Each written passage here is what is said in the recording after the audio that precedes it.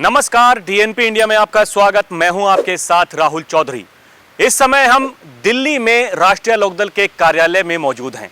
आपको बता दें कि चुनाव की घोषणा हो चुकी है। 9 सीटों पर यूपी की उपचुनाव होना है 13 नवंबर को। और क्योंकि बीजेपी ने लगभग 9 सीटों पर अपने प्रत्याशी जो है वो तय कर दिए हैं और उनकी घोषणा कुछ ही दिनों बाद में होने वाली है, मात्र औपचारिकता बाकी रह गई है। एक सीट मीरापुर के खाते में राष्ट्रीय लोकदल को मिली है, लेकिन जैसा कि पहले से ही यह कहा जा रहा था कि खैर विधानसभा पर भी राष्ट्रीय लोकदल दावा कर रही है और वो दावा अभी भी जारी है।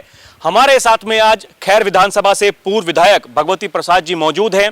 देखिए, आज ये पार्टी कार्यालय पर आए हैं और ऐसा इनका कहना है कि राष्ट्रीय लोकदल की जो दावेदारी है वो खैर विधानसभा पर मजबूत है, क्योंकि हम भी खैर विधानसभा के कई क्षेत्र में घूमे हैं और हमने वहां पर लोगों से बात की है। तो लोगों का ऐसा कहना है कि जो लगातार 2 योजनाओं से बीजेपी के वहां पर विधायक हैं या फिर जो वहां के सांसद हैं, तो थोड़ी एंटी इनकम्बेंसी उनके खिलाफ है जनता के बीच में। और यही वो वजह है कि लगातार राष्ट्रीय लोकदल के नेता हों या फिर जो पार्टी आला कमान यानी कि शीर्ष जो नेतृत्व है, वो लगातार खैर विधानसभा भी मांग रहा है बीजेपी से। और क्योंकि अब जैसे कि मैंने पहले ही कहा कि मात्र औपचारिकता बाकी है, तो देखिए बहुत जरूरी हो जाता है ये सब। अब इस समय में किस तरीके के समीकरण बन रहे हैं। विधायक जी, आपका बहुत बहुत स्वागत। जी धन्यवाद राहुल जी।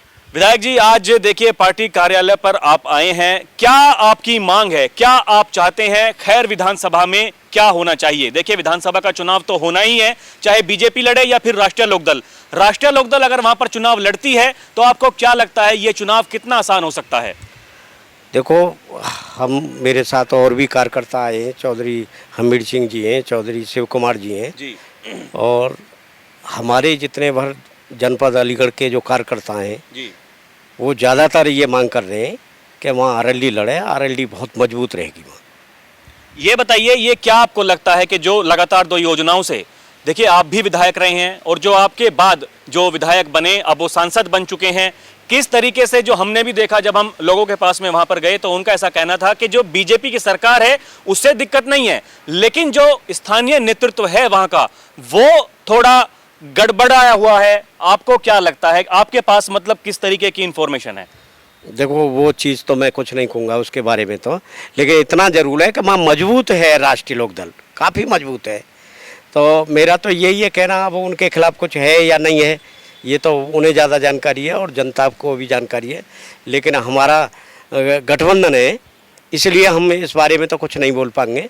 आप ज़्यादा हमसे ज़्यादा जानकारी है, लेकिन इतना ज़रूर है कि हमारा राष्ट्रीय लोकदल अगर चुनाव लड़ता है, और हम मांग भी कर रहे हैं चौधरी साहब से कि ये आप लो, अपने दल में लो, तो अगर राष्ट्रीय लोकदल वहाँ चुनाव लड़ता है तो बहुत मजबूती से अच्छी तरीक़ा से चुनाव जीत जाएगा।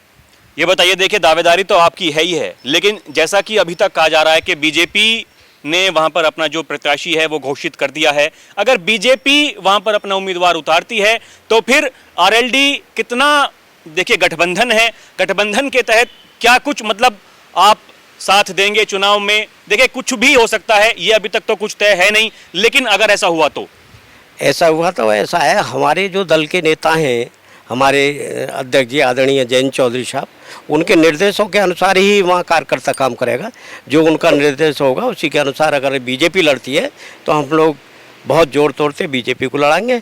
और मांग जरूर हम करते हैं, अपने नेता हैं उनसे बात भी करना चाहते हैं कि आप इस सीटें लें, और यहाँ राष्ट्रीय लोकदल ज़्यादा मजबूत है वो चीज़ अलग है। लेकिन अगर उन चौधरी साहब के निर्देश होते हैं तो हम बीजेपी को भी लड़ेंगे। तो देखा आपने, यहाँ पर विधायक जी हमारे साथ में मौजूद थे और इनका ऐसा कहना है कि हमारी मांग लगातार जारी है, दावेदारी अभी भी है और बीजेपी नेतृत्व से बातचीत चल रही है अभी भी, क्योंकि देखिए गठबंधन है और गठबंधन होने के नाते सीट सिंबल किसी का भी हो, दोनों ही जो घटक दल हैं वो एक साथ मिलकर के चुनाव लड़ेंगे।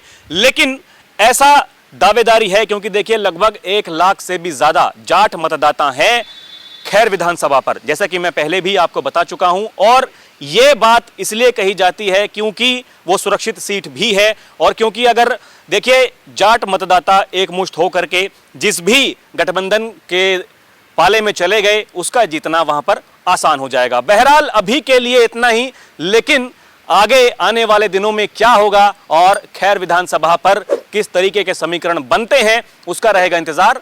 आप देखते रहें डीएनपी इंडिया। कैमरा पर्सन प्रिया के साथ मैं राहुल चौधरी, नमस्कार।